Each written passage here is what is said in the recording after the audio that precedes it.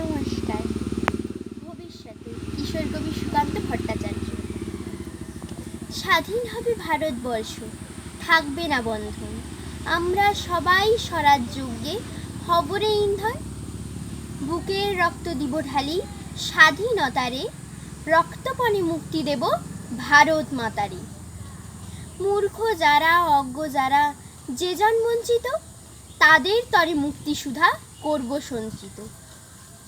চাষি মজুর দিন দরিদ্র সবাই মোদের ভাই, এক স্বরে বলবো মোরা স্বাধীনতা চাই।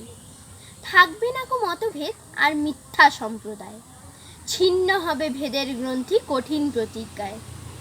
আমরা সবাই ভারতবাসী, শ্রেষ্ঠ পৃথিবীর, আমরা হব মুক্তিদাতা, আমরা হব বীর, আমরা হব মুক্তিদাতা, আমরা হব বীর। জয় হিন্দ।